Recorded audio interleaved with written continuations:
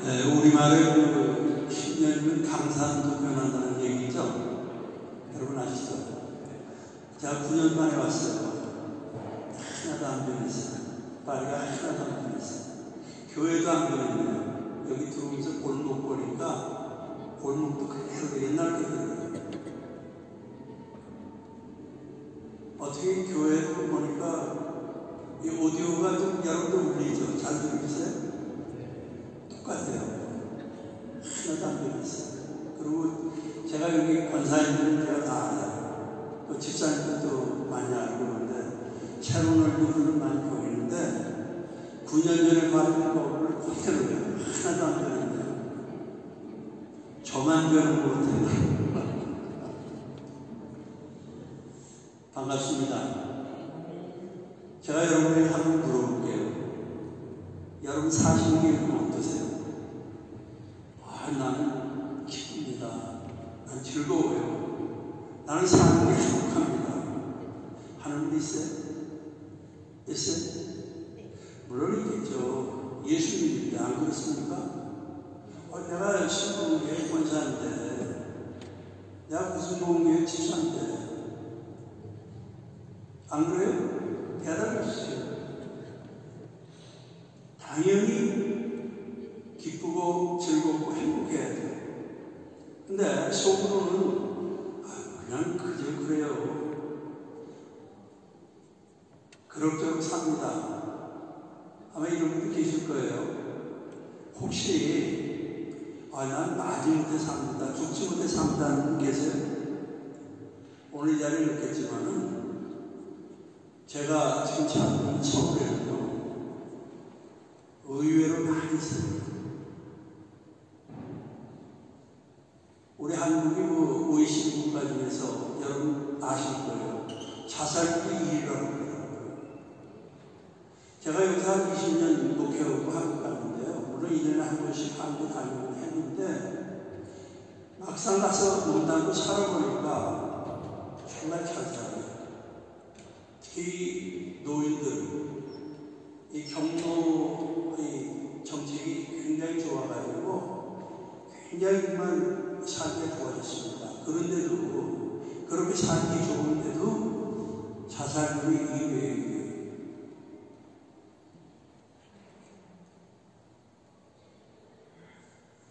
여러분, 우리 살면서요 여러 가지 어려움 당하고 있어요. 돈 많다고 해서 어려움 안 당합니까? 여러분 건강하다고 해서 어려움 안 당해요? 권력 가졌다고 해서 어려움 안 당합니까? 권력의 정점이라고 하는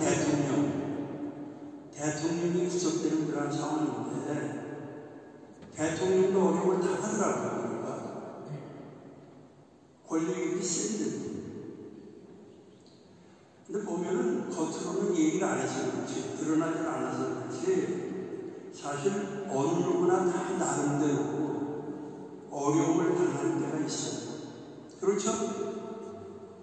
예수 믿는 오늘 이 자리에 오신 저와 여러분 우리들도요 어려움 당할 때가 있습니다. 성도님 물론이고 집사님, 권사님, 장로님, 목회자도 어려움 당할 때가 있어요. 예수를 믿다고 해가지고 어려움을 안 당하는 것은 절대로 아닙니다. 자, 그러면요 우리 예수 믿는 사람들 어려움 당할 때는 우리가 어떻게 해야 돼요? 예수 믿지 않는 사람들이 어려움을 당해가지고 그 어려움을 해결하는 그러한 방법과는 다른 방법을 사용해서 어려움을 해결해야 됩니다. 아멘입니까? 네. 그럼 예수 믿지 않는 사람들 어려움 당할 때 어떻게 해요? 자신이 가지고 있는 능력을 잘 사용합니다. 그래서 그걸 가지고 어려움을 해결하려고 하는데 물론 해결이 되면 괜찮지만 해결이 안 되면 어때요?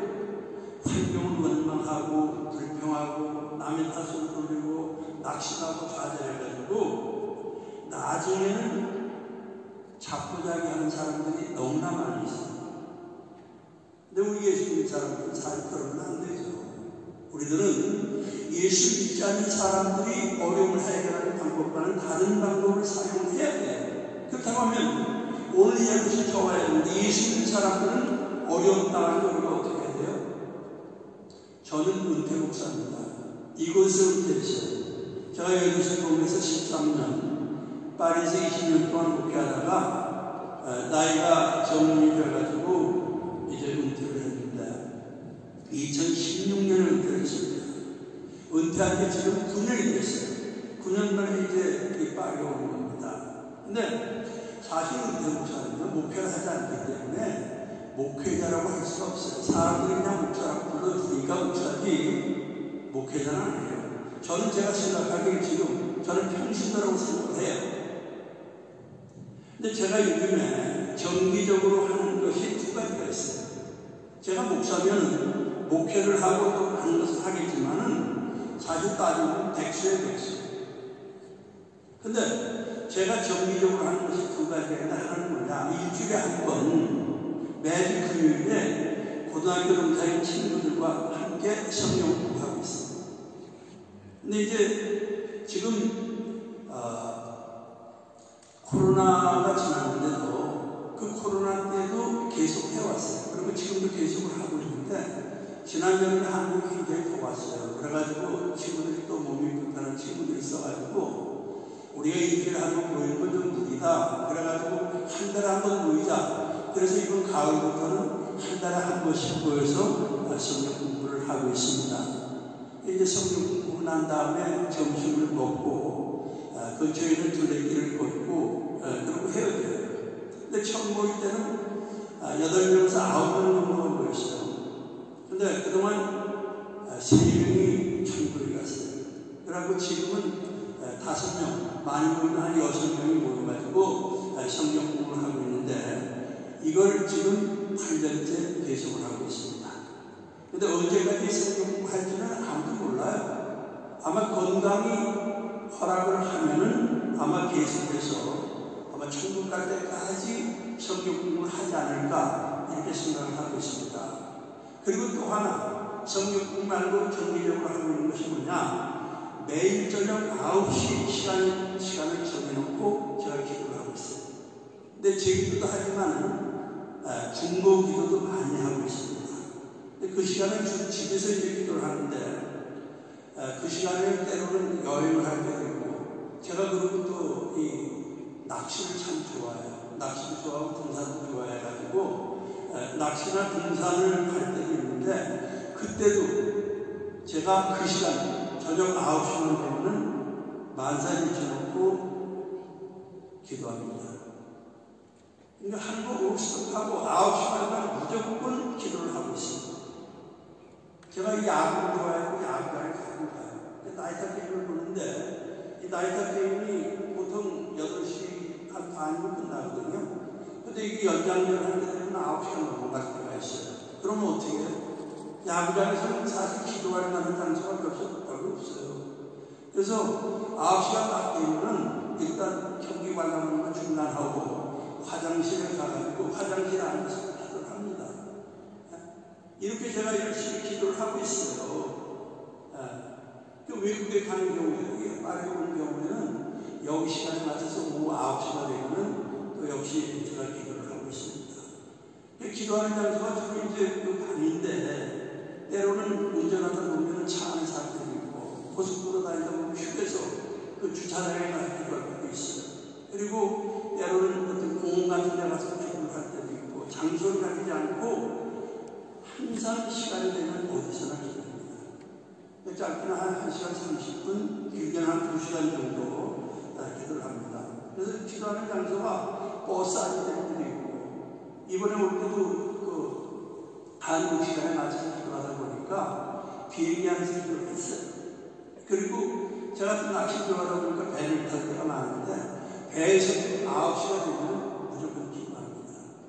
그러면 왜 그렇게 매일같이 시간을 정해놓고 제가 열심히 기도합니다? 여러분 궁금하지 않으세요? 여러분 은퇴 목사라고 해가지고 어려움 안 당할까요? 목회할 때보다는 은퇴를 당하지만 그래도 어려움 당할 때가 많아요. 하나님께서 야 정목사 너 그동안 목회하느라고 수고했다. 이제부터는 정말 너 어려움 당하지 말고 편히 쉬면서 즐겁게 살아라. 그럼 얼마나 좋겠어요. 근데 안 해요. 어려움 당할 게 있습니다.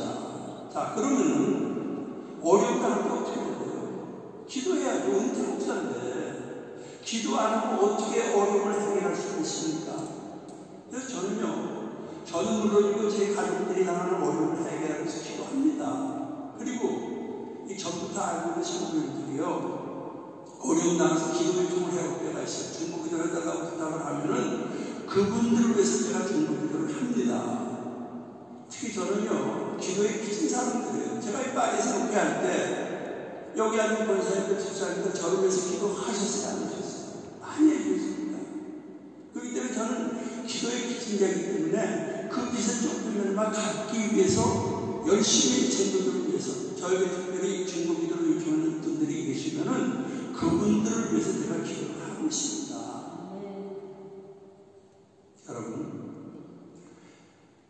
그래서 성도들도 저한테 기도 못하고 제가 그러죠. 저는 9시에 기도하니까 여러분들도 9시 시간에 맞춰서 장소는 어느 곳이 됐든 쉬지 말고 저와 함께 기도합시다.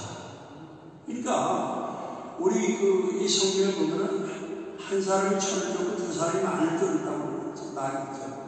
기도 장소는 달라도 정말 똑같은 기도 제목을 놓고 합심해서 기도하면은 그 기도의 능력이 엄청난 힘을 발휘하는 거예요.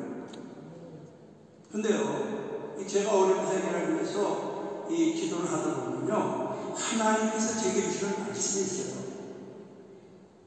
그 말씀들을 제가 많이 받았어요.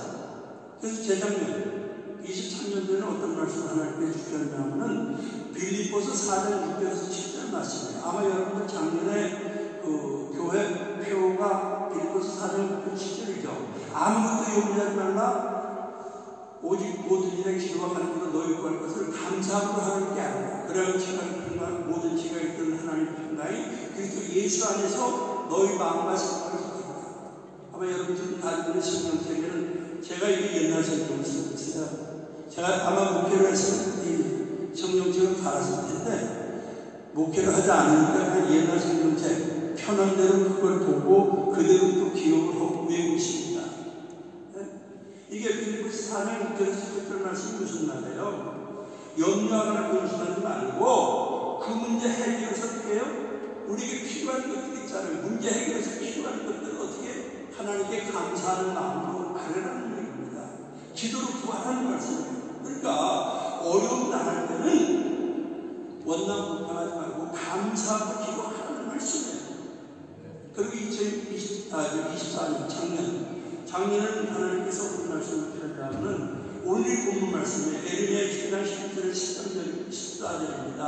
나 여호와 말하노라 너희를 향한 나의 생각은 내가 아느니 재앙이 아니라 평하여 너희 장래의 소망이라는 생각이라. 너희는 내가 부르짖으며 와서 내게 기도하면은 내가 너희를 들을 것이요 너희가 전심으로 나를 찾고 찾으면 나를 만나리라. 아멘. 이 말씀은요, 하나님께서 예레미야 선지자를 통해서 바벨론에서 도로 생활하는 유대인들에게 하신 그런 말씀이에요. 근데 저는 이 말씀을 하나님께서 물론 유대인들에게도 주셨지만은 오늘 이 시대를 살고 있는 우리들, 예수 믿는 저와 여러분 우리들에게 주신 말씀으로 믿고 이 말씀을 붙잡고 제가 기도를 하고 있습니다. 그런데요, 이 말씀 붙잡고 기도하다 보면요, 어떤 일이 생기냐? 저와 제 가족들이 당면한 어려움들이 해결되는 것은 물론이고 성도님들이 기도 요청을 해서 중보기도 하는 것들, 바로 그러한 여러 가지 어려움이 해결되는 하나님의 은혜를 체험하고 있습니다. 이런 하나님의 은혜, 어려움을 해결하시는 하나님의 은혜, 여러분들도 체험해보고 싶지 않으세요? 여러분 표정 보니까 뭐 별로 체험해보고 싶지 않으세요? 체험해야죠. 예수 믿으면 기도해봤고 어려움 해결해야죠. 어려움을 해결하기 위해서는요, 어려움을 해결해주는 하나님의 은혜를 체험하기 위해서는요, 오늘 본문 말씀을 우리가 좀 더 잘 듣고 우리가 잘 알아야 돼요. 바로 오늘 본문, 우리를 향한 하나님의 생각이 어떤 생각인지 우리에게 보이고 있어요. 그런데 이 오늘 본문 말씀을요, 좀 더 우리가 잘 이해하고 깨달아 알려면요, 이 예레미야 선지자가 활동하던 당시의 시대적인 상황, 우리가 좀 더 잘 알을 필요가 있어요. 언제냐면 기원전 605년입니다. 그리고 8년 후인 597년, 바로 두 차례에 걸쳐서 바벨론의 느부갓네살 왕이 남한국 부대를 침공했습니다. 그 당시에는 이 느부갓네살 왕이 굉장히 강한 왕이었습니다. 그때마다 이 느부갓네살 왕은 유대 성읍대로 대파를 하고 재물을 누락질하고 유대인들을 포로로 잡아갔어요. 그러니까 예루살렘 성이 완전히 함락된 것은 아니지만 많은 유대인들이 포로로 잡혀가지고 바벨론으로 끌려갔어요. 그리고 바벨론으로 끌려가는 그 유대인들 강제노역을 당하기도 하고 포로로서 말할 수 없는 그러한 고통을 당하게 됐습니다.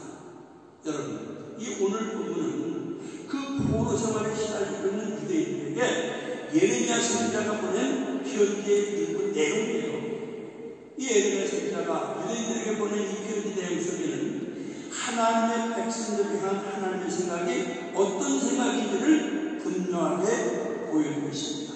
그리고 이 말씀은요, 이 바벨론에서 포로 생활하는 유대인들에게만 주신 말씀이 아니라 바로 지금 이 시대를 살아가고 있는 예수님을 저와 여러분 우리들에게 주시는 하나님의 말씀이라고 저는 그렇게 확실히 믿습니다.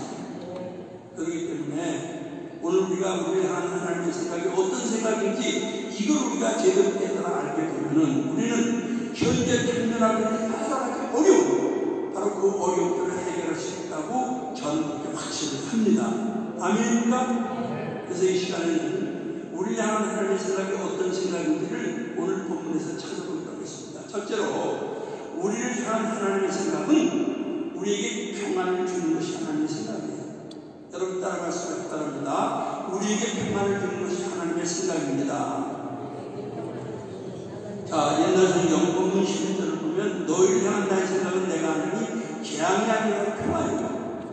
이 바벨론의 포로로 붙잡혀가고 엄청난 고통당하는 유대인들 가운데는요, 정말 오랫동안 고통에 시달리다 보니까 그들이 생각하는 하나님 어떤 하나님이냐, 재앙을 내리기를 좋아하시는 하나님, 벌을 주기를 좋아하시는 하나님. 그러니까 하나님은 성질이 조금 괴팍해가지고 사람들이 잘못하면 무조건 재앙을 내리기를 좋아하시는 하나님을 생각하는 그러한 유대인들이 너무나 많이 있었어요.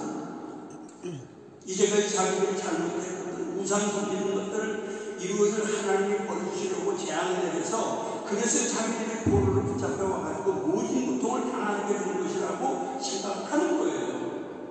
바로 그런 생각하고 있는 유대인들에게 하나님께서 예레미야 선지자를 통해서 너희를 향한 나의 생각은 내가 하나니 재앙이 아니라 평안이요, 이렇게 말씀하십니다. 여러분, 우리가 믿는 하나님은요, 택한 백성들에게 재앙을 내리기를 원하는 하나님이 아닙니다.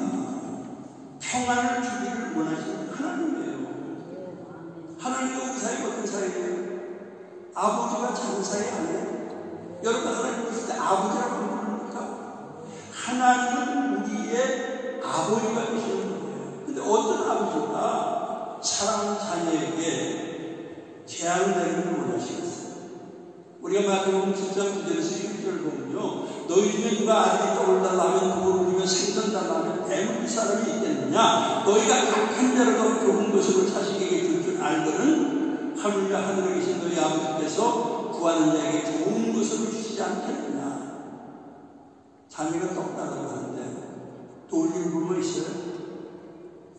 광산 가지고 있는 부모라고 하면은 그 비싼 돈이 나니까 그 광산 유산도 물려줄 수 있어요. 그러나 대다수의 부모들, 광산을 가지고 있는 부모가 아닌 대다수의 부모들은요, 자녀가 떡달라 돈 안 줘요. 안 그렇습니까?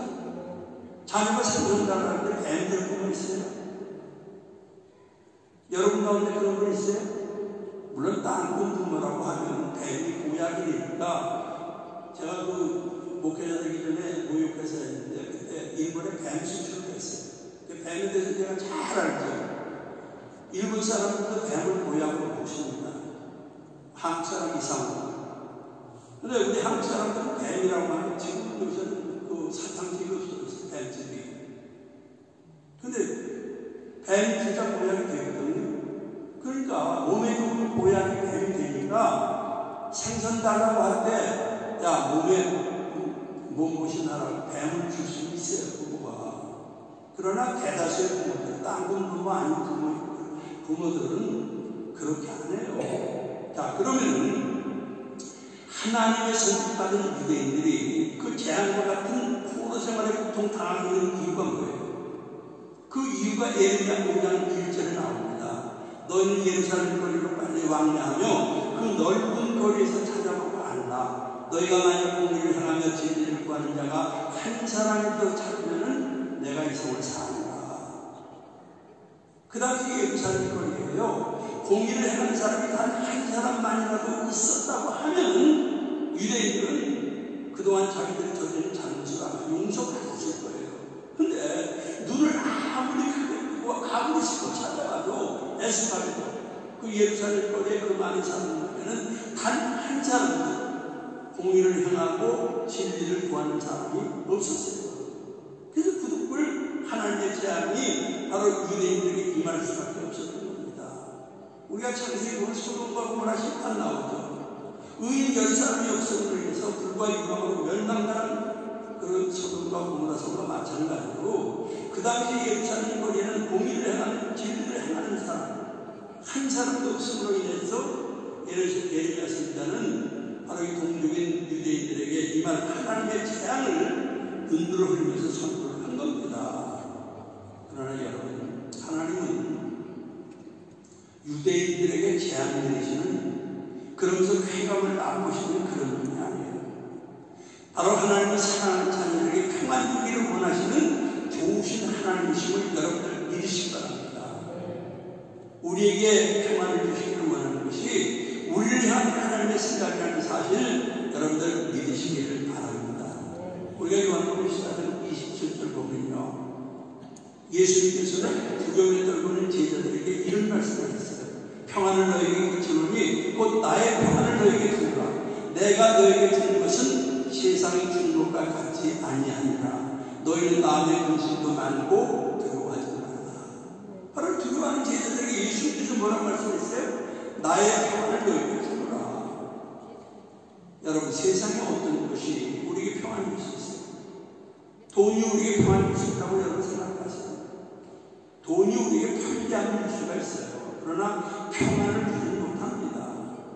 권력이 우리에게 평안을 줄 수 있어요? 돈이나 권력이 우리의 삶을 편리하게 해줄 수 있어요. 그러나 우리에게 평안을 주지 못해요. 이거 여러분들 아셔야 돼요. 편리함과 평안함은 달라요. 여러분, 가전제품 우리가 얼마나 편리하게 사용합니까? 그러나 가전제품 우리에게 편리하다고 해서 그게 평안을 줍니까? 아니에요. 평안이라는 것은요, 예수님만이 우리에게 줄 수 있다는 사실, 이거 여러분들 믿으시기 바랍니다. 자, 그러면요, 예수님께서 주시는 평안이 무엇을 말하는 거예요? 먹을 것이 없어가지고 못 먹고 굶주리는 거, 이건 사실 평안이라고 할 수 없어요. 물질이 없어가지고 가난에 찌들리는 거, 이거 평안이라고 할 수가 없어요. 질병에 시달려서 계속 고통당하고 힘든 거, 이거 평안이라고 할 수 없습니다. 마음에 깊은 상처가 있는 것, 이것도 평안이라고 할 수 없어요. 부족한 것이 채워져가지고 부족함이 없는 상태, 바로 이것이 평안이라고 할 수 있어요. 나에게 부족함이 있는 상태, 바로 그것이 나에게 평안입니다. 바로 이런 평안을 예수님께서 우리에게 주기를 원하십니다.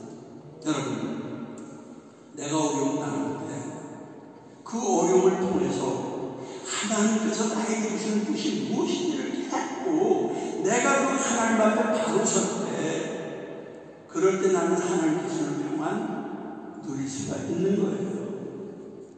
오늘 주님을 수고하신 저와 여러분, 우리를 향한 하나님의 생각은 우리에게 평안을 주는 것이 하나님의 생각이라는 사실을 믿으시는 거예요.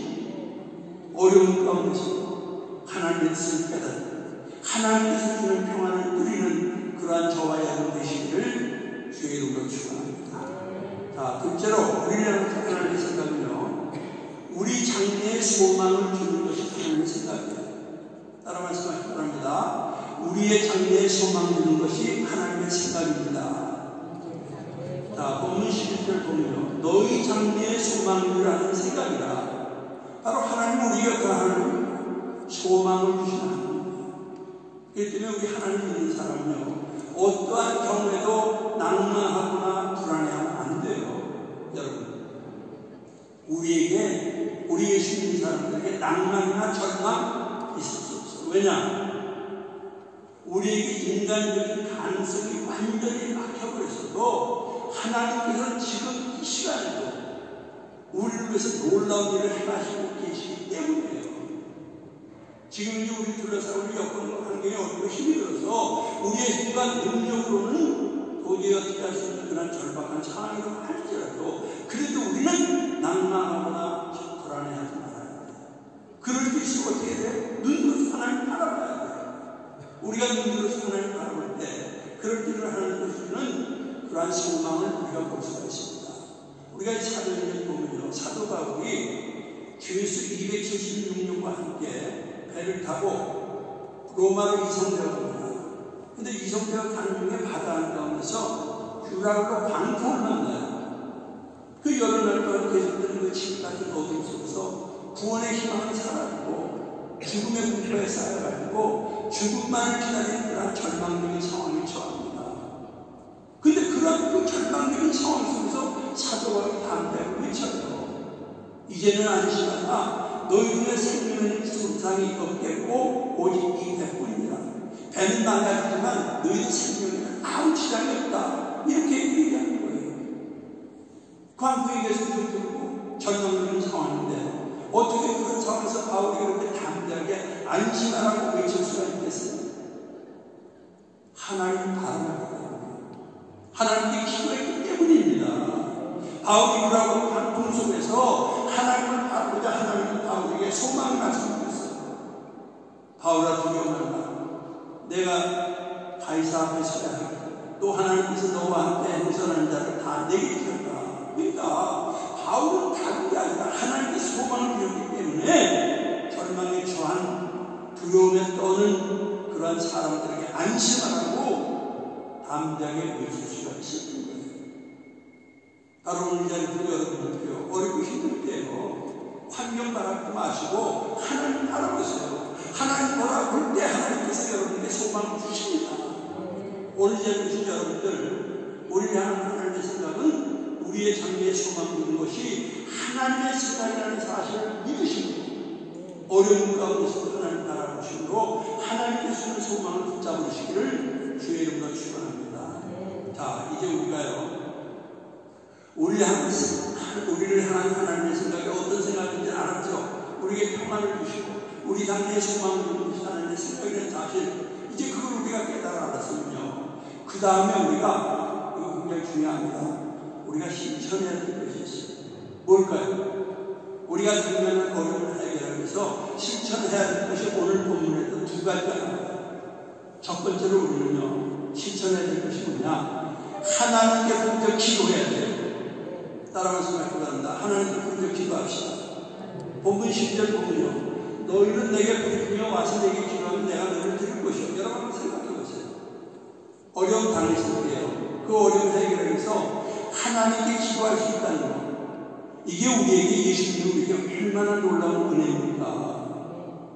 제가 매일 저녁 9시 시간을 정해놓고 기도하는 거, 바로 이 말씀을 믿기 때문에. 우리가 요한복음 14장 14절을 보면요, 내 이름으로 무엇이든지 내게 구하면 내가 시행합니다. 예수님께서 제자들에게요, 기도에 대한 말씀을 하실 때 뭐라고 말씀하셨느냐? 내 이름으로 기도하라. 예수님 이름으로 기도하라는 거예요. 여러분, 하나님께서 우리 기도를 응답해 주는 것은요, 우리가 기도할 때 예수님 이름으로 기도하기 때문에 응답을 해 주신 거예요. 내가 무슨한 일을 많이 했기 때문에, 내가 의로운 일을 많이 해서, 내가 주는 곳이 기쁜 일을 많이 해서 그래서 응답해 주는 것이 아니에요. 구원받은 저와 여러분과 바로 예수님의 이름으로 기도하기 때문에 응답을 해 주신 거예요. 아멘. 우리가 예수 이름으로 기도할 수 있다는 거, 이게 정말 놀라운 하나님의 은혜입니다. 우리가 받은 축복 중에 가장 축복, 바로 그것이 하나님께 기도해서 응답받는 거예요. 어려움 당할 때 어떻게 해요? 부르짖어 기도해야 돼요. 부르짖어 기도해가지고 그 당면한 어려움을 하나하나 해결해야 돼요. 아멘입니까? 근데요, 우리가 하나님께 부르짖어 기도할 때요, 반드시 살펴봐야 게 있어요. 뭘 살펴봐야 되느냐? 이건 중요합니다. 기도 전에요, 여러분이 살펴볼 것이 뭐냐? 하나님과 우리 사이에 막힌담이 있을 때는요, 우리가 아무리 부르짖어 기도해도 그 막힌담 때문에 하나님께 기도가 상달이 안 돼요. 하나님께 기도가 상달이 안 되면 어떻게 돼요? 기도 응답 없어요. 그러면 하나님과 우리 사이를 가로막는 막힌담이 뭐예요? 바로 죄입니다. 죄가 하나님과 우리 사이를 가로막는 막힌담이 되는 거예요. 그럼 죄가 뭐예요? 하나님께서 우리에게 하지 말라고 한 거 있어요. 십계명을 드려서 이거 많은 거 있죠. 우리에게 하지 말라고 하신 것들 우리가 하면 어떻게 돼요? 그게 하나님 것이 죄가 돼요. 우리 인간 것들은 죄가 아니더라도 하나님께서 하지 말라고 한 것 우리가 하면 그게 하나님 것이 죄입니다. 또 하나님께서 우리 하라고 말씀하신 것 있죠. 명령하고 요구하신 것 있죠. 항상 기뻐하라, 신방으로 기도하라, 범사에 감사하라. 이런 거 하나님께서 우리가 하라고 하셨죠. 이거 안 하면 어떻게 돼요? 세상적으로 볼 때는 죄가 아니에요. 그러나 하나님 보시기에는 죄가 됩니다. 바로 이런 죄들이 하나님과 우리 사이를 가는 막힌담이 되는 거예요. 그렇기 때문에 어떻게 돼요? 막힌담은 어떻게 돼요? 헐어야죠. 그 헐고에서 어떻게 돼요? 하나님께 회개해야죠. 내게 죄가 있으면 그 죄를 찾아서 회개할 때, 그럴 때 하나님과 우리 사이를 가르는 담이 무너지도록 우리 기도를 하나님께 상달에 대해서 응답을 받게 되는 겁니다. 그래서 오늘 이 자리에 오신 여러분들, 우리가 부르짖어 기도하면요, 하나님께 응답이 된다는 사실을 믿으시고, 예수의 이름으로 기도하면 응답이 된다는 사실을 믿으시고, 어려움 당할 때는 부르짖어 기도하시고 어려움을 해결하시기를 주의 이름으로 축원합니다. 자, 그리고 두 번째로 우리가 해야 될 게 있어요. 우리가 실천해야 될 것이 뭐냐? 하나님을 전심으로 찾고 찾아 하나님을 만나야 돼요. 따라서 시작합니다. 하나님을 전심으로 찾고 찾아 하나님을 만납시다. 자, 본문 13절 보면요, 너희가 전심으로 나를 찾고 찾으면 나를 만나리라. 사실 우리가 사는 인생 수많은 어려움이 도사리고 있습니다. 이런 인생에서 우리가 승리하기 위해서는 어떻게 돼요? 우리의 앞길을 인도해주고 우리의 어려움을 해결해주는 하나님 우리가 만나야 돼요. 하나님 만나지 않으면요, 이 험한 세상, 유혹만 이 세상, 마귀가 방식 잡고 있는 이 세상 우리가 승리하면서 살 수가 없어요. 하나님 만나야 돼요. 그러면 우리가 하나님 만나면 어떻게 만나요? 여기 본문에 나오면 하나님을 전심으로 찾고 찾으면 하나님을 만난다고 했어요. 자, 그러면요, 하나님 만나려면 우리가 전심으로 하나님 찾고 찾아야 돼요. 근데 어떻게 하는 것이 하나님 전심으로 찾고 찾는 거예요? 쉽게 생각해요. 신앙생활 열심히 하는 거예요. 교회에 와가지고 신령과 진정으로 예배를 드리는 이 예배 장소에서 여러분 하나님 만날 수 있어요. 물론 여러분들 직접 기도해도 하나님 만날 수 있어요. 그러나 교회 와서 기도하는 것이 훨씬 더 효과가 있어요. 교회 와서 예배 드릴 때 하나님 만날 사람들이 너무나 많아요. 우리가 가는 대로 보면. 그러니까 주일에는 물론이고 내게 시간이 허락하는 날 수요일에 나와야 돼요. 금요일 저녁 기도에 나와서도 하나님께 그렇게 기도하고 뭐 할 수만 있어도 새벽 기도에 나와서 하나님 말씀을 듣고 그 깨달아 알게 되는 것들 삶 속에 실천이 됩니다. 예수 닮으려고 노력해야 돼요. 바로 그것이 하나님의 전심으로 찾고 찾는 거예요. 물론 피지 못할 사건으로 주일 예배 참석을 못하고 인터넷으로 예배를 드리는 거, 이거 아마 주님께서 이해를 해 주실 거예요. 근데요, 코로나가 끝났어요, 안 됐어요? 한국의 코로나가 다 끝났는데요, 주일 예배 인원이 늘지 않아요. 그냥 인터넷으로 예배 드리는 그 편안함에 물들어가지고 교회 안 나오는 사람 너무나 많아요. 그러면은 그런 사람들, 인터넷을 예배 드리는 사람 주님께서 기뻐하실까요? 주님께서 인터넷으로 예배를 드리니까 네가 하나님을 전심으로 자꾸 찾는구나 이렇게 생각해 주실 거예요. 여러분 대답이 없어요. 코로나가 다 지나갔는데도요, 교회 하지 않고 집에서 인터넷 예배 드리는 거 아마 주님께서 이해 잘 못하실 거예요. 제가 이 신앙생활을 열심히 하는 것에 대해서는 제가 더 이상 여러분에게 설명 안 해도 여러분 잘 아실 것 같아서 제가 설명 안 하겠습니다. 오늘 여러분, 여러분들 우리가 하나님을 전심으로 찾고 찾으면은 하나님께서 우리를 만나준다는 사실, 이 사실 여러분들 믿으시고 어려움 당할 때는 하나님을 전심으로 찾고 찾으셔서 하나님 만나시고 어려움을 해결하시는 여러분 되시기를 주의 이름으로 축원합니다. 이제 말씀 뵙겠습니다. 오늘 우리는 이 에레미야서 본문 말씀을 통해서 우리를 향한 하나님의 생각이 어떤 생각인지를 깨달아 알게 되었습니다. 우리에게 평안을 주는 것이 우리 하나님의 생각이에요. 우리의 장래의 소망을 주는 것이 우리를 향한 하나님의 생각이에요. 이런 하나님의 생각을 우리가 깨달아 알았으면 우리는 이 어려움을 당할 때 하나님께 부르짖어 기도해야 돼요. 하나님을 전심으로 찾고 찾아야 돼요. 여러분, 우리가 부르짖어 기도하면은 하나님께서 응답해 주세요. 우리가 하나님을 전심으로 찾고 찾으면 하나님께서 우리를 만나주셔요. 그리고 하나님께서는 우리의 소원까지도 들어준다고 14절에 보면 기록을 하고 있어요. 여러분, 참고로 금년에 하나님께서 제게 주신 말씀이 있어요. 베드로전서 5장 7절 말씀입니다. 너희 염려를 다 주께 맡겨버리라. 이는 저가 너희를 권고하시리라. 삶 속에 어렵고 힘든 문제 생기면 어떻게 해요? 염려부터 합니다. 근심부터 합니다. 근데 성경은 우리에게 뭐라고 말씀하고 있어요? 염려하지 말고 그 염려를 주님께 맡기라고 말씀하고 있어요. 왜 맡겨야 돼요? 주님께서 우리를 보살펴주고 계십니다. 근데 여기서 주님께 맡긴다는 거 어떻게 해석하느냐? 기도로 하나님의 용서를 구하는 겁니다. 아멘? 여러분들 근심 걱정이실 때 근심 걱정하지 마시고 기도로 하나님께 맡기세요. 하나님의 용서를 구하세요.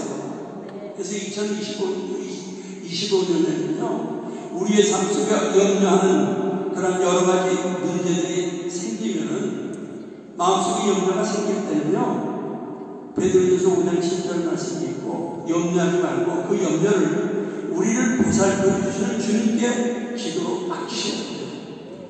그래서 염려 해결해 주시는 하나님의 놀라운 은혜를 체험하는 그런 여러분 되시길 바랍니다. 아멘.